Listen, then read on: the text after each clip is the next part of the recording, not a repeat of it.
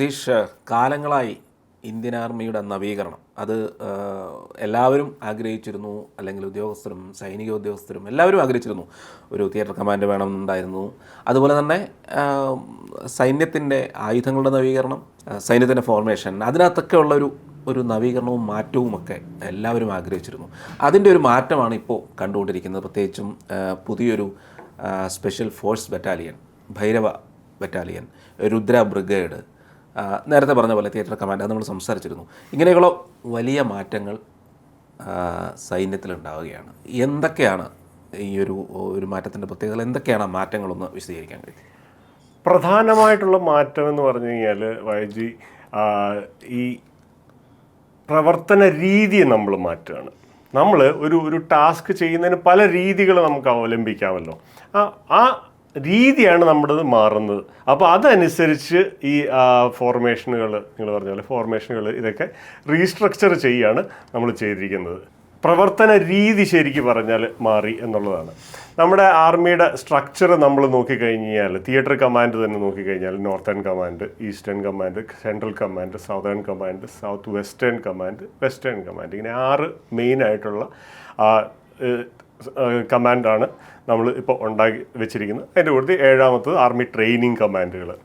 ഈ northern command ആണെന്നുണ്ടെന്നുണ്ടെങ്കിൽ Udhampur അതിൻ്റെ head ക്വാർട്ടേഴ്സാണ്, Jammu Kashmir. അതിൻ്റെ അകത്ത് വരുന്നതെന്ന് പറഞ്ഞാൽ 14 കോറിലെ 15 കോർ ശ്രീനഗർ, 16 കോർ നഗ്രോട്ട, അങ്ങനെ അതൊക്കെയാണ് 3 കോറാണ് മെയിനായിട്ട് അതിൻ്റെ അകത്ത് വരുന്നത്. ഇതിൻ്റെ അകത്ത് ഈ 3 കോർ മാത്രമേ ഉള്ളൂ എന്നല്ല, ഇത് കൂടുതൽ വരാം. പക്ഷേ ഈ 3 മെയിനായിട്ട് വരുന്നത്. ബാക്കി റിസർവ് ആയിട്ടുള്ള വെച്ചിരിക്കുന്ന അങ്ങോട്ടും ഇങ്ങോട്ടും ആ കോറ മാറ്റി അസൈൻ ചെയ്യുകയും ഒക്കെ, ഹാഫ് അവിടെയും ഹാഫ് ഇവിടെയൊക്കെ ആയിട്ട് മാറ്റി ചെയ്യാനൊക്കെ ഡിസ്ട്രിബ്യൂട്ട് ചെയ്യാനായിട്ടുള്ള ഒരു എളുപ്പത്തിന്. ഈസ്റ്റേൺ കമാൻഡ് ആണെന്നുണ്ടെങ്കിൽ കൽക്കട്ട, വെസ്റ്റ് ബംഗാൾ, അതിൻ്റെ അതിൻ്റെ അകത്ത് മെയിനായിട്ട് വരുന്നതെന്ന് പറഞ്ഞാൽ 3rd corps Dimapur, Nagaland, 4 corps Tezpur, Assam, Siliguri, west ബംഗാളിൽ 33 corps, 17 corps Panagarh, west Bengal. West Bengal. അത് 17 കോർ മൗണ്ടൻ സ്ട്രൈക്ക് കോറായിട്ട് അവർ സ്പെഷ്യലൈസ്ഡ് ആണ് ആ ഒരു കോർ. അങ്ങനെ സെൻട്രൽ കമാൻഡ് ആണെന്നുണ്ടെങ്കിൽ ലക്നൗ UP ആണ് അതിൻ്റെ ഹെഡ് ക്വാർട്ടേഴ്സ്. 1 കോർ അതുപോലെ തന്നെ സ്ട്രാറ്റജിക് റിസർവ് കോർ, അങ്ങനെയാണ് അതിൻ്റെ ഇത് പോകുന്നത്. ലക്നൗവിൽ ഇത് ആ കോറ് മാക്സിമം നമ്മൾ എൻഗേജ് ചെയ്യുന്നില്ല. അവർ ട്രെയിനിങ്ങും ബാക്കിയുള്ള ഇതുമായിട്ട് റിസർവ് കോർ ആണെന്നുണ്ടെങ്കിൽ 1 കോർ ആണെന്നുണ്ടെങ്കിൽ അത് അങ്ങോട്ടും ഇങ്ങോട്ടും മാറി അതിർത്തിയുമല്ലല്ലോ. അപ്പോൾ മാറി എന്താ പറയുക ഡിപ്ലോയ് ആയിക്കൊണ്ടിരിക്കും. ഈ 12 കോർ ജോധ്പൂർ രാജസ്ഥാനിൽ ഉണ്ട്, ഭോപ്പാൽ MP-യിൽ 21 കോറുണ്ട്. ഇത് സദേൺ കമാൻഡിൻ്റെ സബ്സിഡറി കോറുകളാണ്. സദേൺ കമാൻഡിൻ്റെ ഹെഡ് ക്വാർട്ടേഴ്സ് വന്നിട്ട് പൂനെ, മഹാരാഷ്ട്ര. സൗത്ത് വെസ്റ്റേൺ കമാൻഡിൻ്റെ അകത്ത് ആണെന്നുണ്ടെങ്കിൽ headquarters Rajasthan, Jaipur. 1 corps Mathura, 10 corps Bathinda, Punjab. ഇത് 2 സബ്സിഡറി കോറുകളാണ്. വെസ്റ്റേൺ കമാൻഡിൻ്റെ ആണെന്നുണ്ടെന്നുണ്ടെങ്കിൽ ചണ്ഡി മന്ദിർ, ഹരിയാന. സബ്സിഡറി കോർ എന്ന് പറഞ്ഞാൽ 2nd കോർ അംബാല, അതുപോലെ തന്നെ 9 കോർ ഹിമാചൽ പ്രദേശ്, 11 കോർ ജലന്ധർ, പഞ്ചാബ്. അങ്ങനെയുള്ള സബ്സിഡറി കമാൻഡുകളും പിന്നെ ആർമി ട്രെയിനിങ് കമാൻഡിൻ്റെ എന്ന് പറഞ്ഞാൽ ഷിംല. അത് യാതൊരു വ്യത്യാസവുമില്ല, അതിന് സബ്സിഡറിയും ഇല്ല. ബാക്കിയുള്ള ഇത് ട്രെയിനിങ് സ്കൂളുകളെല്ലാം അതിൻ്റെ കീഴിൽ വരും. അപ്പോൾ ഈ കേരളമൊക്കെ വരുന്ന ഒരു ഭാഗം അത് ഏത് രീതിയിലാണ്? ഇത് കോർ കമാൻഡാണ് നമ്മളീ പറയുന്നത്. ആർമിയുടെ മാത്രം കാര്യമാണ് നമ്മളിവിടെ പറയുന്നത്. മറ്റ് തിയേറ്റർ കമാൻഡാണ്.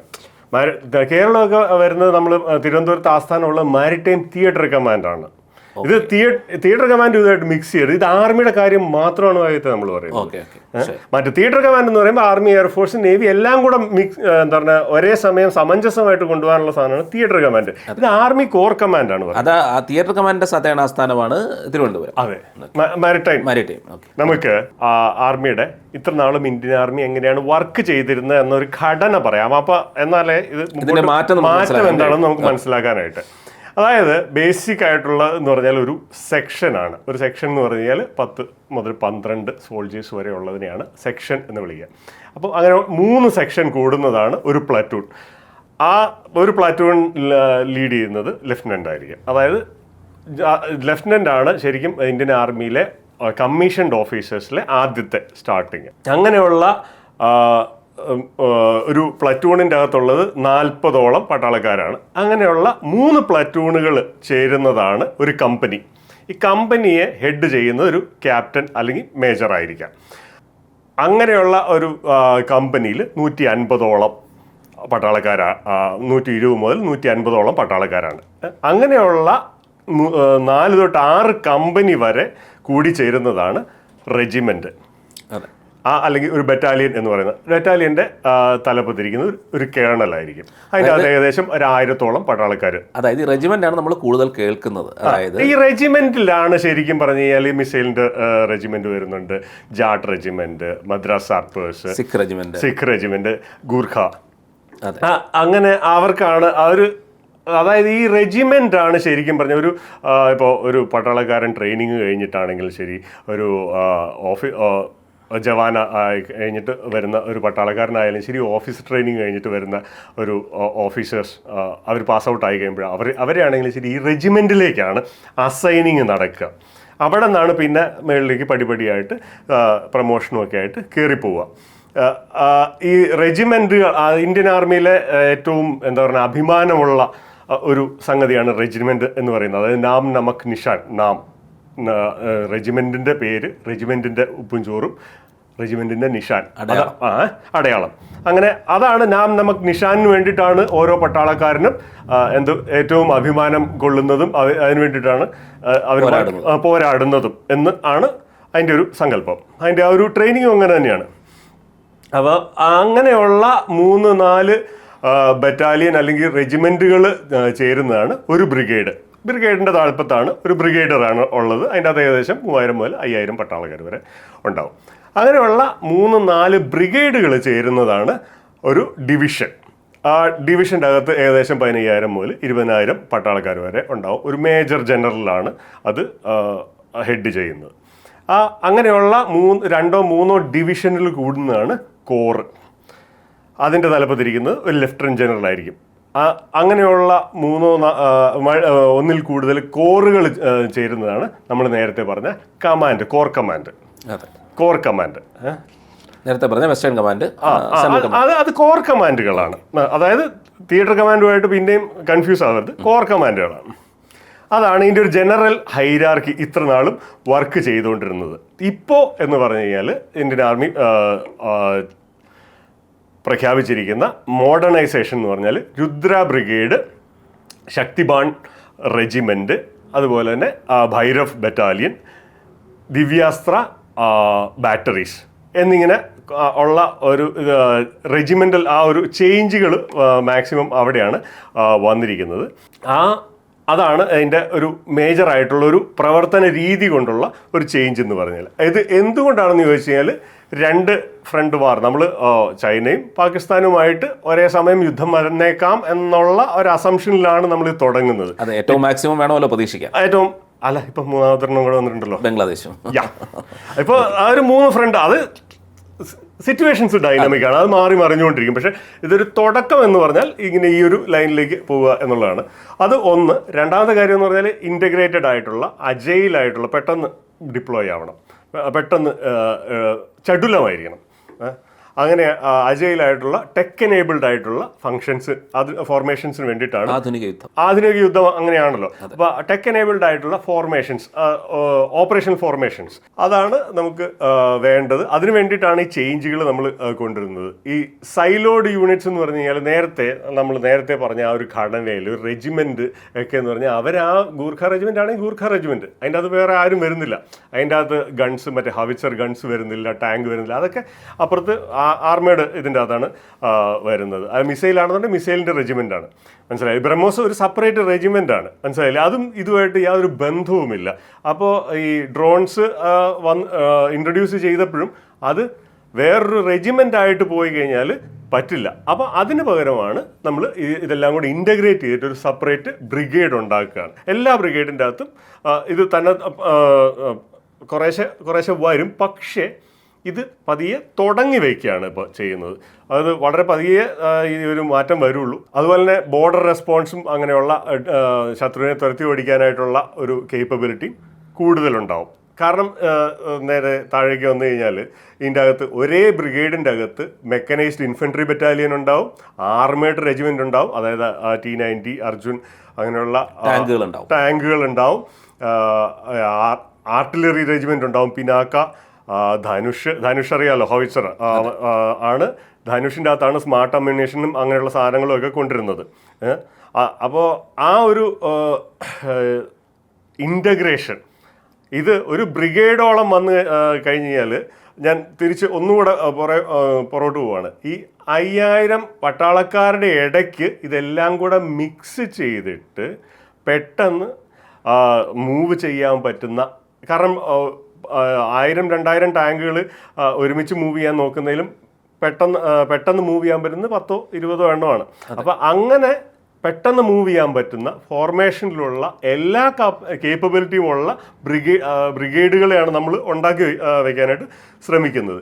ഇൻ്റഗ്രേറ്റഡ് എങ്ങനെയാണ് നമ്മൾ ചെയ്യാൻ ശ്രമിക്കുന്നത്? ഇൻ്റഗ്രേറ്റഡ് ആയിട്ടുള്ള കോമ്പാറ്റ് ഫോർമേഷൻ എടുത്ത് അതനുസരിച്ച് മൂവ് ചെയ്യുക. അതായത് എല്ലാ ആയുധങ്ങളുമുള്ള, അതായത് ഇൻഫൻട്രി, ആർമർ, മറ്റേ ഗണ്ണ്, ആർട്ടിലറി, എൻജിനീയേഴ്സ്, സിഗ്നല്, ഡ്രോണുകൾ, അങ്ങനെയുള്ള എല്ലാ കേപ്പബിലിറ്റിയും കൂടെ ഒരു ബ്രിഗേഡിലേക്ക് കൊണ്ടുവന്നിട്ട് അതിനെ ചടുലമായിട്ട് മൂവ് ചെയ്ത്, അതുകൊണ്ട് നമുക്ക് എയർ സപ്പോർട്ട് മാത്രം പുറകിൽ നിന്ന് വിളിച്ചാൽ മതി, ബാക്കിയുള്ള അല്ലെങ്കിൽ എന്താ പറയുക മിസൈൽ സപ്പോർട്ട് അല്ലെങ്കിൽ എയർ സപ്പോർട്ട് മാത്രം ബാക്കിൽ നിന്ന് വിളിച്ചാൽ മതി, ബാക്കിയുള്ള എല്ലാം ഒരുമിച്ച് ഒരു ഫോർമേഷനായിട്ട് മുമ്പോട്ട് പോവുക എന്നുള്ളതാണ് ഇതിൻ്റെ ഒരു ആത്യന്തികമായിട്ടുള്ള ലക്ഷ്യം. അതെ, അതായത് ഈ കാർഗിലുമായിട്ട് ബന്ധപ്പെട്ട് സംസാരിക്കുമ്പോൾ ഒരു ബ്രിഗേഡ് അങ്ങോട്ട് പോകാൻ പറഞ്ഞാൽ സ്വാഭാവികമായിട്ടും അതിനകത്ത് എല്ലാ സംഗതികളും ഒരുമിച്ച് അവിടെ എത്തുകയും ഈ ഒരേപോലെ തന്നെ ഈ ഫീൽഡ് റെജിമെന്റിന്റെ സപ്പോർട്ട് ഉണ്ടാവും, അറ്റാക്ക് നടക്കുകയും ചെയ്യും. അത് തന്നെ കോർഡിനേറ്റഡ് അറ്റാക്ക് ബ്രിഗേഡ് ആകുമ്പോൾ ഒരുമിച്ച് നിൽക്കുന്നതിന്റെ ഒരു ഫീലും ഉണ്ടാവും. അതായത് ഇങ്ങനെ നേരത്തെ ഒരു ഇത് കുറച്ച് പട്ടാളക്കാർ മൂവ് ചെയ്യുന്ന സമയത്ത് എന്തെങ്കിലും ഒരു പ്രതിബന്ധം വന്നു കഴിഞ്ഞാൽ പിന്നെ എൻജിനീയേഴ്സ് വേറെ പുറകെ വരണം. അവരവിടെ ഇല്ലെന്നുണ്ടെങ്കിൽ വേറെ എവിടെയെങ്കിലും ആയിരിക്കും. അവരെ പിന്നെ മൂവ് ചെയ്ത് വരുന്നത് വരെ ഇവരിവിടെ വെയിറ്റ് ചെയ്യണം. ഇപ്പോൾ സപ്പോസ് ഒരു പാലം പൊളിഞ്ഞു വീണു, ശത്രുവിൻ്റെ ആക്രമണത്തിൽ തന്നെ ഒരു പാലം പൊളിഞ്ഞു വീണു. അപ്പോൾ കടന്നു പോകാനായിട്ട് ഒരു പാലം പുതിയത് ഉണ്ടാക്കണമെന്നുണ്ടെങ്കിൽ നേരത്തെ ആയിരുന്നുണ്ടെങ്കിൽ എൻജിനീയേഴ്സ് വന്നിട്ട് പാലം പണിതിട്ട്, അത്ര നാളും ട്രൂപ്പ് അവിടെ സ്റ്റക്കാണെന്ന് മാത്രമല്ല സിറ്റിംഗ് ഡക്സ് ആണ്. അവർക്ക് പുറകോട്ട് പോകാനും പറ്റത്തില്ല, മുമ്പോട്ടും പോകാൻ പറ്റത്തില്ല. അപ്പോൾ ശരിക്കും പറഞ്ഞാൽ ശത്രുവിന് അവിടെ കേന്ദ്രീകരിച്ച് ആക്രമിക്കാനും അതിനുള്ള ബാറ്റിൽ പ്ലാൻ ഉണ്ടാക്കാനും ഒക്കെ സമയം കിട്ടും. കാരണം എൻജിനീയേഴ്സ് ഇല്ല. ഇതങ്ങനെയല്ല, എൻജിനീയേഴ്സിനെയും കൂടെ കൊണ്ടാണ് പോകുന്നത്, ഒരു ബ്രിഗേഡ്. അപ്പോൾ അങ്ങനെ ആകുമ്പോഴത്തേക്കും എന്താ പറയുക, നമുക്ക് എന്താ പറയുക എളുപ്പമുണ്ട്, വെയിറ്റ് ചെയ്യേണ്ട വരുന്നില്ല. അതുകൊണ്ടൊക്കെയാണ് നമ്മൾ ഈ ഒരു ഇത് ഉണ്ടാക്കുന്നത്. അതുപോലെ തന്നെ സിഗ്നൽസ് കമ്പനി ഒരെണ്ണം ഉണ്ടാവും, എയർ ഡിഫൻസിൻ്റെ ബാറ്ററി ഉണ്ടാവും, പിന്നെ ലോജിസ്റ്റിക്സ്, മെഡിക്കൽ സപ്പോർട്ട്, പിന്നെ ഫ്യൂവല്, അതൊക്കെയാണല്ലോ ലോജിസ്റ്റിക്സിൻ്റെ ഒക്കെ ഏറ്റവും റേഷൻ, അങ്ങനെയുള്ള സർവ്വ സാധനങ്ങളും സപ്പോർട്ട് ടീം. ഇതാണ് ഇതിൻ്റെ ഒരു അൾട്ടിമേറ്റ് ഒരു പാക്ക്. ഇതിനെ നമ്മൾ കുറച്ചുകൂടെ ബ്രേക്ക് ഡൗൺ ചെയ്ത് കഴിഞ്ഞാൽ ശക്തിബാൺ റെജിമെൻറ്റ്, ദിവ്യാസ്ത്ര ബാറ്ററീസ് എന്ന് പറഞ്ഞാൽ ഇത് നേരത്തെ ആർട്ടിലറി റെജിമെൻ്റ് ആയിരുന്നു. അതിനെ ശക്തിബാൺ എന്ന് പറഞ്ഞിട്ട് കുറച്ചുകൂടെ സ്മാർട്ടാക്കി ബോർഡർ അതിർത്തിയിലെ ഫയർ പവർ എൻഹാൻസ് ചെയ്യുക, അതുപോലെ തന്നെ പ്രിസിഷനായിട്ട് സ്ട്രൈക്ക് ചെയ്യാൻ പറ്റുക, ഇൻഡിജിനസ് ആയിട്ടുള്ള ഡിഫൻസിൻ്റെ ഇത് പുഷ് ചെയ്യുക. അത് ഇൻഡിജിനസ് ആയിട്ടുള്ള ഡിഫൻസ് പുഷ് എന്ന് പറയുന്നത് രണ്ട് രീതിക്ക് നമ്മളെ സഹായിക്കും. ഒന്ന്, ഒരു യുദ്ധം വന്നു കഴിയുമ്പോഴത്തേക്കും നമുക്ക് ഈ സാങ്ഷനൊക്കെ വന്നു കഴിഞ്ഞാലും നമുക്ക് ഈ സ്വന്തം സംവിധാനമുണ്ട്, നമുക്ക് പുറത്തുനിന്ന് മേടിക്കേണ്ട, പുറത്തുള്ള ആരെ ആശ്രയിക്കുകയും വേണ്ട. അതൊന്ന്. രണ്ടാമത്തെ കാര്യം, ഇൻഡിജിനസ് ആയിട്ടുള്ള ആയുധങ്ങൾ നമ്മൾ ഉണ്ടാക്കി നമ്മൾ അത് യൂസ് ചെയ്ത് കഴിയുമ്പോഴത്തേക്ക് നമ്മുടെ GDP-യിലേക്ക് ഡയറക്റ്റ് കോൺട്രിബ്യൂഷനാണ് അത് ചെയ്യുന്നത്. അങ്ങനെ രണ്ട് രീതിക്കും എക്കണോമിക്കലായിട്ട് സാമ്പത്തിക വളർച്ച ഉണ്ട്. മാത്രമല്ല ഇത് നമ്മൾ ആയുധങ്ങൾ ഉണ്ടാക്കിയ ഒരുമാതിരിപ്പെട്ട ഇന്നത്തെ സിറ്റുവേഷനിൽ നമ്മൾ ഇൻഡിജിനസ് ആയിട്ട് ഉണ്ടാക്കിയിരിക്കുന്ന എല്ലാ ആയുധങ്ങളും ചീപ്പ് ആൻഡ് ബെസ്റ്റാണ്. ആൾക്കാരെ ഞെട്ടിച്ചിട്ടുണ്ട്. ആവശ്യക്കാരുണ്ട്, മേടിക്കാൻ ആളുണ്ട്, വിറ്റാൽ അതും എക്സ്പോർട്ടിലേക്ക് പോകും. GDP-യുടെ തന്നെ നമ്മൾ നേരത്തെ പറഞ്ഞ എക്സ്പോർട്ട് കാറ്റഗറിയിലേക്ക് പോകും. ഇതിപ്പം നമ്മൾ യൂസ് ചെയ്ത് കഴിഞ്ഞാൽ ഗവൺമെൻറ് എക്സ്പെൻഡിച്ചർ മാത്രമേ ആവുന്നുള്ളൂ. എക്സ്പോർട്ട് ചെയ്ത് കഴിയുമ്പോഴത്തേക്കും ആ എക്സ്പോർട്ട് കാറ്റഗറിയിലും പോകും. എങ്ങനെയാണെങ്കിലും നമുക്ക് ഇരട്ടി ലാഭം. അത് തന്നെ. ഇതെങ്ങനെയാണ് നമ്മൾ ചെയ്യാൻ പോകുന്നത് എന്നുള്ളത്, അതായത് ശക്തിബാൺ എങ്ങനെയാണ്. ശക്തിബാൺ എന്ന് പറഞ്ഞാൽ വളരെ സിമ്പിളായിട്ട് ഉള്ളൊരു ഇതിൽ പറഞ്ഞു കഴിഞ്ഞാൽ ഡ്രോണിനെ യൂസ് ചെയ്ത് നമ്മൾ ശത്രുവിൻ്റെ എവിടെയാണ് പോയി അടിക്കേണ്ടത് എന്ന പോയിന്റ് ആ ഡ്രോൺ വെച്ച് കണ്ടിട്ട് അവിടെ മാർക്ക് ചെയ്ത് കഴിഞ്ഞാൽ ആർട്ടിലറി ഓട്ടോമാറ്റിക്കായിട്ട് അതിൻ്റെ റേഞ്ചും ഇതുമൊക്കെ നോക്കിയിട്ട് എവിടെയുള്ള ഗണ്ണാണ് ഇതിന് ഏറ്റവും ഈസി ആയിട്ട് റീച്ചബിൾ ആയിട്ടുള്ളത് എന്ന് നോക്കിയിട്ട് ആ ഗൺ ഓട്ടോമാറ്റിക്കായിട്ട് പൊസിഷൻ എടുത്ത് ഓട്ടോമാറ്റിക്കായിട്ട് ടാർഗറ്റ് സെറ്റ് ചെയ്ത് ഫയർ ചെയ്യും. നമ്മൾ നേരത്തെ ആകാശ് തീറിൻ്റെ ഇതിൽ കണ്ടിരുന്നു. കഴിഞ്ഞ ദിവസം നമ്മൾ പറഞ്ഞിരുന്നു മറ്റേ എയർഫോഴ്സിൻ്റെ കേസിൽ MUMT കാര്യം പറഞ്ഞപ്പോഴത്തേക്ക് അന്നേരം നമ്മൾ പറഞ്ഞിരുന്നു തേജസും മറ്റേ കാറ്റ്സ് വാരിയറും തമ്മിൽ പറഞ്ഞപ്പോൾ അവിടെയും ഈ ഓട്ടോമേഷൻ വന്നിട്ടുണ്ടായിരുന്നു, അവിടെ AI ഉണ്ടായിരുന്നു, ഇതിൻ്റെ അകത്ത് AI ഉണ്ട്. അതായത് നമ്മുടെ ആർട്ടിലറി പണ്ട് നമ്മൾ കറക്കി അതിൻ്റെ കറക്റ്റ് ആംഗിളും ഇതും എല്ലാം പൊസിഷനും എല്ലാം നോക്കി ചെയ്ത് വെച്ചോണ്ടിരുന്ന കാര്യം ഓട്ടോമാറ്റിക്കായിട്ട് ഒരു ബട്ടൺ ഇട്ട് കഴിയുമ്പോൾ തന്നെത്താൻ വന്ന് AI ടാർഗറ്റ് എടുത്ത് ഫയർ ചെയ്യുന്ന പരിപാടി. അതായത് ഞാൻ IT വർക്ക് ചെയ്തുകൊണ്ടിരിക്കുന്ന ഒരാളാണ്. ഒരു 10-15 കൊല്ലം മുന്നേ IT ഏറ്റവും വലിയ ബസ് വേർഡ് എന്ന് പറഞ്ഞാൽ ഓട്ടോമേഷൻ ആയിരുന്നു. എന്തൊക്കെ കാര്യങ്ങൾ നമുക്ക് മനുഷ്യരെ ഇൻവോൾവ്മെൻ്റ് ഇല്ലാതെ നമ്മൾ മാനസികമായിട്ട് ചെയ്തുകൊണ്ടിരുന്ന കാര്യങ്ങളെ നമുക്ക് ഓട്ടോമേറ്റ് ചെയ്തിട്ട് ഒരു ബട്ടൺ ഞെക്കിക്കഴിഞ്ഞാൽ ഒരു ക്ലിക്കിൽ ഇതെങ്ങനെ തീർക്കാമെന്നുള്ളതായിരുന്നു ഓട്ടോമേഷൻ എന്ന് പറയുന്ന കോൺസെപ്റ്റിൻ്റെ ഇത്. അത് കഴിഞ്ഞിട്ടാണ് ഇപ്പോൾ AI വന്നിരിക്കുന്നത്. ആ രണ്ട് സാധനത്തെയും പട്ടാളത്തിൽ കൊണ്ട് ഇംപ്ലിമെൻറ്റ് ചെയ്യുകയാണ് നമ്മുടെ ഇന്ത്യൻ പട്ടാളം ഇപ്പോൾ ചെയ്തുകൊണ്ടിരിക്കുന്നത്. അത് എയർഫോഴ്സിലായിക്കോട്ടെ ആർമിയിലായിക്കോട്ടെ ഇത് രണ്ടും പുറത്ത് വന്നിട്ടുണ്ട്. നേവിയിലെ ഓട്ടോമേഷനും AI പുറത്ത് വന്നിട്ടില്ല. അതിനി എന്നാ വരുന്നതെന്ന് അറിയത്തില്ല.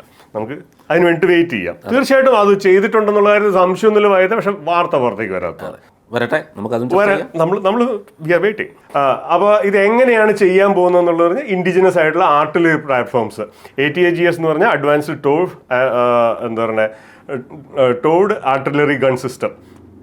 അതായത് ഒരു ട്രക്കിൻ്റെ പുറയിൽ കെട്ടി വലിച്ചുകൊണ്ട് ഈ സാധനത്തിനെ കൊണ്ടുപോയിട്ട് എവിടെ കൊണ്ട് വെക്കേണ്ടതെന്ന് വെച്ചാൽ അവിടെ കൊണ്ടുവന്ന് മറ്റേ ഈ വഴിയെ നമ്മുടെ ഈ കോൺക്രീറ്റ് മിക്സർ സാധനമൊക്കെ കെട്ടി വലിച്ചുകൊണ്ട് പോകും. എന്ന് പറഞ്ഞാൽ കെട്ടി വലിച്ചുകൊണ്ട് ഈ സാധനം പോകും. അവിടെ ചെന്നുമ്പോൾ ട്രക്കിൻ്റെ പുറയിൽ നിന്ന് അഴിച്ചു മാറ്റും. അവിടെ വെച്ച് കഴിയുമ്പോൾ ഈ സാധനം ഓട്ടോമാറ്റിക്കായിട്ട് അവിടെ നിന്ന് ഇൻഡിജിനസ്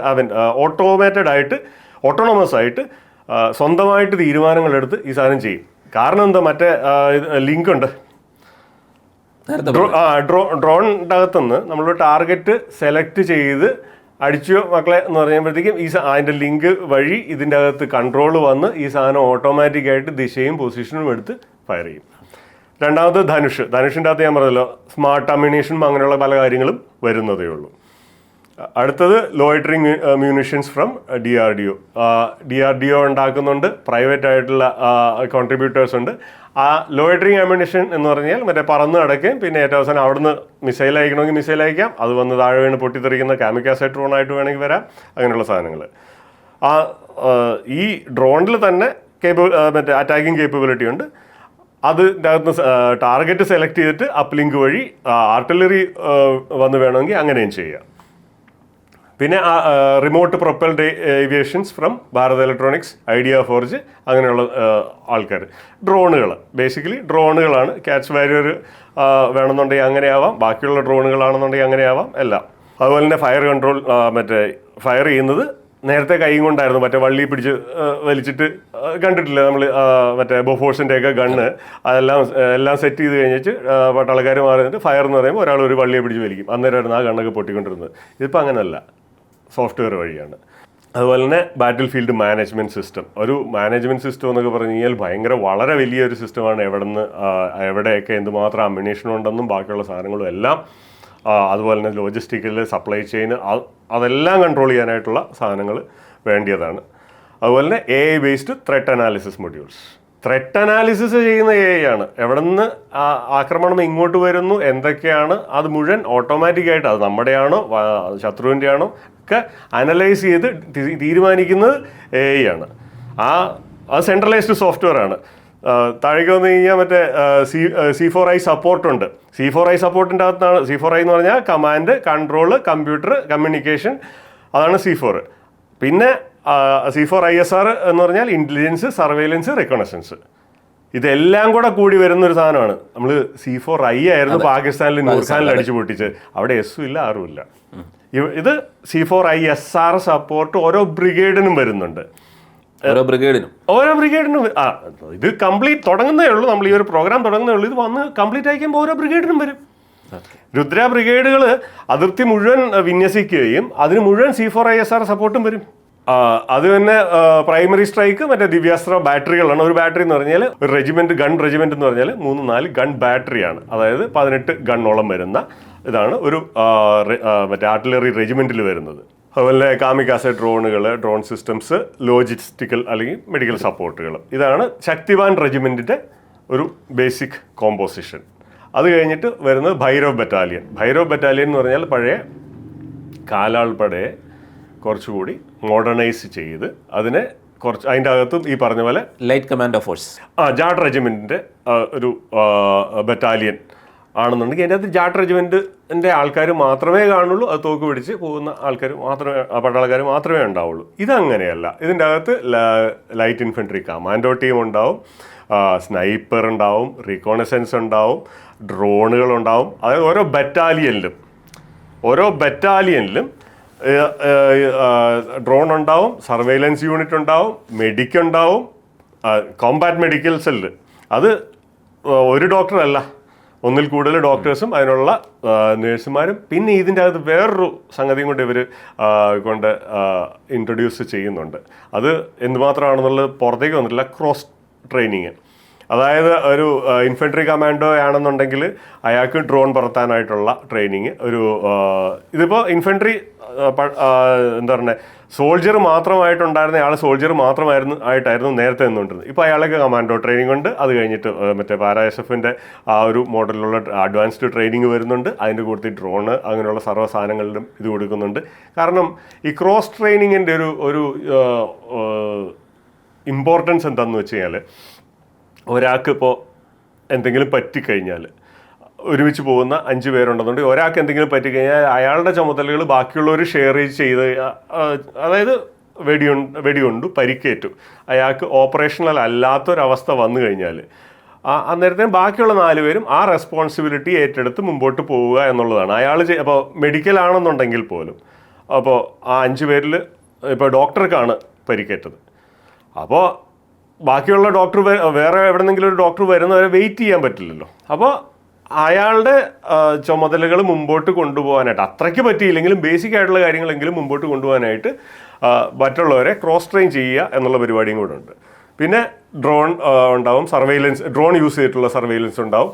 പിന്നെ ഇലക്ട്രോണിക് വാർഫെയർ എന്ന് പറയുന്നത് ഏറ്റവും ലീസ്റ്റായിട്ട് ചർച്ച ചെയ്യപ്പെടുന്നൊരു സാധനമാണ് ആർമിയിൽ. പക്ഷേ ഏറ്റവും ഇമ്പോർട്ടൻ്റുമാണ്. വളരെ ഇമ്പോർട്ടൻ്റ് ആയിട്ടുള്ള സംഗതികളാണ്. നമ്മൾ ഇലക്ട്രോണിക് വാർഫെയറിന് ആകെപ്പാടെ പറഞ്ഞു കേട്ടിരുന്നത് ഇത്ര നാളും ഫൈറ്റർ പ്ലെയിനിൻ്റെ കാര്യത്തിൽ മാത്രമായിരുന്നു. മറ്റേ ജാമിങ്, സ്പൂഫിങ് അങ്ങനെയുള്ള സാധനങ്ങളെല്ലാം നമ്മൾ പറഞ്ഞു കേട്ടിരുന്നത് ഫൈറ്റർ പ്ലെയിൻ്റെ കാര്യത്തിലായിരുന്നു. ഇതങ്ങനെയല്ല. ആർമിയിൽ ഇലക്ട്രോണിക് വാർഫെയർ, അതുപോലെ തന്നെ പോർട്ടബിൾ ലോജിസ്റ്റിക്സും ഫീൽഡ് സപ്പോർട്ടും. ഭൈരവ് ബറ്റാലിയൻ്റെ ഒരു ഇൻസിഗ്നിയാണ് എന്ന് പറയപ്പെടുന്നു. ഇതാണ് നമുക്കിപ്പോൾ കിട്ടിയിരിക്കുന്നത്. അതുപോലെ തന്നെ വെപ്പൺ സിസ്റ്റംസ്, ബേസിക് വെപ്പൺ സിസ്റ്റത്തിൻ്റെ അകത്ത് വലിയ മാറ്റങ്ങൾ വന്നിട്ടുണ്ട്. ഹൈപ്പർസോണിക് ഗ്ലൈഡ് എന്താ പറയുക UAVs വരുന്നുണ്ട്. അതുപോലെ ഡയറക്റ്റ് എനർജി വെപ്പൺസ്, ലേസർ 30 വാട്ടിൻ്റെ നമ്മൾ ഓൾറെഡി ടെസ്റ്റ് ചെയ്തു, പരീക്ഷണം വിജയമാണ്. ആ സാധനം ഓപ്പറേഷൻ സിന്ദൂറിൽ യൂസ് ചെയ്തു എന്ന് പറയപ്പെടുന്നു, ചെയ്തില്ലെന്നും പറയപ്പെടുന്നു ഉണ്ടത്രേ. പക്ഷേ അതിൻ്റെ ഒരു സക്സസ് വെച്ചിട്ട് തന്നെ നമ്മൾ 100 വാട്ടിൻ്റെ ലേസർ ഓൾറെഡി എന്താ പറയുക മാനുഫാക്ചർ ചെയ്തുകൊണ്ടിരിക്കുകയാണ്. അത് വലിയ താമസമില്ല ടെസ്റ്റ് ചെയ്യുമെന്നാണ് പറയപ്പെടുന്നത്. ഓൾറെഡി 30 വാട്ട്സിൻ്റെ ടെസ്റ്റും സക്സസ് ആണ്. മാസ് മാനുഫാക്ചറിങ് തുടങ്ങിയോ അതോ 100 വാട്ട് എടുത്തിട്ട് അതാണോ മാസ് മാനുഫാക്ചർ ചെയ്യാൻ പോകുന്നു എന്നുള്ള വാർത്ത ഇതുവരെ പുറത്തേക്ക് വന്നിട്ടില്ല. അതുപോലെ തന്നെ next generation missiles, precision guided long range multi platform, BrahMos, ധ്വനി, ബ്രഹ്മോസിൻ്റെ നെക്സ്റ്റ് ജനറേഷൻ ഇഷ്ടം പോലെ വരുന്നുണ്ട്. ധാരാളം മിസൈലുകൾ ഇഷ്ടം പോലെ. അതായത് ഓരോ ആവശ്യത്തിനും യൂസ് ചെയ്യുന്ന അസ്ത്രയുടെ പിന്നെ എയർഫോഴ്സ് ആണെന്ന് വിചാരിക്കാം. അസ്ത്രയുടെ മാർക്ക് 2 വന്നു. രുദ്ര റഡാർ സീക്കിംഗ് ആയിട്ടുള്ള മിസൈലുകളുടെ അടുത്ത വെർഷൻ വരുന്നു. ധാരാളം എന്താ പറയുക മൾട്ടിപ്പിൾ പ്രോജക്ട്സ് ആണ് ഓടിക്കൊണ്ടിരിക്കുന്നത്. ധാരാളം എൻഹാൻസ്മെൻ്റ് ആണ് വന്നുകൊണ്ടിരിക്കുന്നത്. അടുത്ത നെക്സ്റ്റ് വെർഷനുകൾ പിന്നെയും വന്നുകൊണ്ടിരിക്കുകയാണ്. അതുപോലെ തന്നെ സാധാരണ പട്ടാളക്കാരുടെ കാര്യത്തിലാണെങ്കിലും അവരുടെ കോമ്പാറ്റ് ഗിയറിൻ്റെ കാര്യത്തിലാണെങ്കിലും സ്മാർട്ടായിട്ടുള്ള ഹെൽമെറ്റിൻ്റെ അകത്ത് പ്രൊജക്ഷൻ, മറ്റേ നൈറ്റ് വിഷൻ ഗോഗിൾ, അങ്ങനെയുള്ള സാധനങ്ങൾ, എക്സോസ്കെൽറ്റൻസ്, ദേഹത്ത് പരിക്കേക്കാതിരിക്കാനായിട്ടുള്ള എക്സോസ്കെൽറ്റൻസ് വരുന്നു. ഇൻ്റഗ്രേറ്റഡ് കമ്മ്യൂണിക്കേഷൻസ്, മറ്റേ ഹെൽമെറ്റിൽ തന്നെ ഇതുള്ളത്, അത് പറഞ്ഞ് സംസാരിച്ചാൽ മറ്റുള്ളവർക്ക് കേൾക്കുന്ന ആ ഒരു ലെവലിലേക്കുള്ളത്. Night vision and thermal imaging, അത് നേരത്തെ ഒരു എക്വിപ്മെൻ്റ് ആയിട്ട് മാത്രമായിരുന്നു. ഇപ്പോൾ അത് എല്ലാ പട്ടാളക്കാർക്കും മറ്റേ ക്യാമറ ഇൻ്റഗ്രേറ്റഡ് ആയി വരുന്നു. അത് നേരത്തെ സ്പെഷ്യൽ ഓപ്പറേഷൻസ്, സ്പെഷ്യൽ ഫോഴ്സസിന് മാത്രമേ ഉണ്ടായിരുന്നുള്ളൂ. ഇപ്പോൾ ബൈറോ ബറ്റാലിയൻ പോലുള്ള അങ്ങനെയുള്ള സാധനങ്ങൾക്ക് വരുന്നു. ഇതിലൂടെ ആ ഒരു ഗ്യാപ്പ്, അതായത് സാധാരണ ഇൻഫൻട്രി സോൾജേഴ്സും സ്പെഷ്യൽ ഫോഴ്സസും തമ്മിലുള്ള ആ ഒരു ഗ്യാപ്പ് കുറയ്ക്കുക. അതുപോലെ തന്നെ ക്രോസ് ട്രെയിനിങ്, കൂടുതൽ നമുക്ക് കമാൻഡോസിനെ കിട്ടുക, കൂടുതൽ നമുക്ക് ഫ്യൂച്ചറിസ്റ്റിക് ആയിട്ടുള്ള സംഗതികൾക്ക് ട്രെയിനിങ് കൊടുക്കുക എന്നുള്ളതൊക്കെയാണ്. അതുപോലെ തന്നെ വെയറബിൾ ആയിട്ടുള്ള ഡിവൈസസ്, സാധാരണ പട്ടാളക്കാരിലേക്ക് ആയിട്ടുള്ള സാധനങ്ങൾ വരുന്നു. എന്നിട്ട് അത് വെച്ചിട്ടുള്ള real time data feed, satellite communication with satellite communication data feed, പിന്നെ ത്രെട്ട് അലേർട്ട്, അപ്പുറത്തും ഇപ്പുറത്തൊക്കെ ആളിരിപ്പുണ്ട്. അതിനകത്ത് നമ്മൾ കണ്ടില്ലെങ്കിലും, മനുഷ്യർ കണ്ടില്ലെങ്കിലും കണ്ടുപിടിച്ചിട്ട് ത്രെട്ട് അലേർട്ട് പട്ടാളക്കാർക്ക് വരുന്നു. അതുപോലെ തന്നെ ഡിജിറ്റൽ ഇൻഫ്രാസ്ട്രക്ചർ, ഇത് നമുക്ക് ചുമ്മാ ചെയ്തു വയ്ക്കാൻ പറ്റില്ല. അപ്പോൾ അതിനുള്ള ഇൻഫ്രാസ്ട്രക്ചർ വേണം. ഡിജിറ്റൽ സൈബർ വാർഫെയർ യൂണിറ്റുകൾ, അത് ഒഫെൻസീവായിട്ടും ഡിഫെൻസീവായിട്ടുമുള്ള, ഇങ്ങോട്ടുള്ള ആക്രമണം ചെറുക്കാനും അങ്ങോട്ട് ആക്രമിക്കാനും പണി കൊടുക്കാനുമുള്ള സാധനം. സാറ്റലൈറ്റ് റീസൈലിയൻസ്, ഡ്രിവൺ ആയിട്ടുള്ള കമാൻഡ് പ്ലാറ്റ്ഫോംസ്, C4 ISRൻ്റെ ചെറിയ വെർഷൻസ്. അതുപോലെ തന്നെ പ്രെഡിക്റ്റീവ് അനാലിസിസ്, ഇതൊരു വളരെ വേണ്ടപ്പെട്ട സാധനമാണ്. അതായത് നമ്മൾ എന്താ സംഭവിക്കാൻ പോകുന്നത് നമ്മളെ കാണുന്നതിന് മുമ്പ് അതിനെ കണ്ടുപിടിച്ച് നമുക്ക് പറഞ്ഞു തരണം. അതുപോലെ തന്നെ electronic warfare suite, jamming, spoofing, spectrum dominance, ഇങ്ങനെയുള്ള സാധനങ്ങൾ സാധാരണ കാലാൾപ്പടയിലേക്ക് വരുന്നു. നേരത്തെ ആർമിയിലായിരുന്നു ഉണ്ടായിരുന്നത്, സ്പെഷ്യൽ ഫോഴ്സിലായിരുന്നു. ആർമിയിൽ അല്ല, നേരത്തെ എയർഫോഴ്സിലായിരുന്നു ഉണ്ടായിരുന്നത്. ഇപ്പോൾ ആർമിയിൽ സാധാ സ്പെഷ്യൽ ഫോഴ്സിൽ താഴേക്ക് വരുന്നു. ഇതൊക്കെയാണ് ഒരു ബേസിക് ആയിട്ടുള്ള നമ്മൾ കണ്ടത്. വളരെ വലിയൊരു ചേഞ്ചാണ് സംഭവിക്കുന്നത്. വലിയ ഒരു ഗതി മാറ്റമാണ്. അടിമുടി രൂപം മാറാൻ പോകുന്നത്. അത് കുറേ കാലമായിട്ട് ഇങ്ങനെ ആഗ്രഹിച്ചിരുന്നതാണ്, കുറേ കാലമായിട്ട് പറഞ്ഞിരുന്നതാണ് ഇങ്ങനൊരു മാറ്റം ഉണ്ടാകണം. ആവശ്യത്തിനുള്ള വെടിയുണ്ട ഇല്ലാതിരുന്ന ആർമിയിൽ നിന്നാണ് നമ്മൾ ഇതിനെ ഇവിടെ വരെ പൊക്കിയെടുത്തുകൊണ്ട് വരുന്നതും. ഇത് നമ്മൾ നേരത്തെ പറഞ്ഞില്ലേ, ബ്രെയിൻ സ്റ്റോമിങ്ങുകളുടെ എന്താ പറഞ്ഞ സംഭാവനകളാണ് ഇതെല്ലാം. നടക്കില്ല എന്ന് വിചാരിച്ചതാണെങ്കിൽ പോലും സ്വപ്നം കാണുക, അതിനെ എങ്ങനെ നടത്തിയെടുക്കാമെന്നുള്ള സ്വപ്നമായിരിക്കണമെന്ന് മാത്രം നടക്കും. അതിൻ്റെ ഒരു മാറ്റം എന്ന് പറയുമ്പോൾ നമ്മൾ ഈ ചിന്തിക്കേണ്ട ഒരു കാര്യം, കഴിഞ്ഞ ഒരു 2 പതിറ്റാണ്ടുകളായി സൈന്യത്തിന് വന്ന മാറ്റങ്ങൾ, അതെല്ലാവരും കക്ഷിഭേദമെന്നെ സമ്മതിക്കുന്നൊരു കാര്യമാണ്. പക്ഷേ പുറത്ത് ചിലപ്പോൾ പറയില്ലായിരിക്കാം. പക്ഷേ മാറ്റം, പ്രത്യേകിച്ചും പട്ടാളക്കാരോട് ചോദിച്ചാൽ അവർ കൃത്യമായിട്ട് പറയും. വെറ്ററൻസ് ഉൾപ്പെടെ എല്ലാവരും പറയും ആ ഒരു മാറ്റം. ഞാനൊരു കാര്യം പറയട്ടെ, നമ്മൾ ഈ കാർഗിൽ യുദ്ധ സമയത്ത് GPS അമേരിക്ക നിഷേധിച്ചു എന്ന് പറയുന്നുണ്ട്. അത് അമേരിക്ക നിഷേധിച്ചതാണോ ജാമിങ് ആണോ എന്ന് ഇതുവരെ തിരിച്ചറിയാൻ ഉള്ള ഒരു ഇത് നമുക്കത് തിരിച്ചറിയാനും പറ്റില്ല. അത് അന്നത്തെ സമയത്താണെന്നുണ്ടെങ്കിൽ ചിലപ്പോൾ തിരിച്ചറിയാൻ പറ്റുമായിരിക്കാം, എനിക്കറിയില്ല. പക്ഷേ ഇന്നിനിപ്പോൾ പോയിട്ട് പുറകോട്ട് പോയിട്ട് അത് ജാമിങ് ആണോ, എന്താ പറയുക, അമേരിക്ക നിഷേധിച്ചാണോ, പാകിസ്ഥാൻ GPS സിഗ്നൽ ജാം ചെയ്യുന്ന ഇന്നത്തെ കാലത്ത് ഒരു പുതിയ വാർത്തയല്ല. അന്ന് അങ്ങനെ വന്നതാണോ എന്നുള്ളത് നമുക്ക് അറിയാവുന്ന കാര്യവുമല്ല.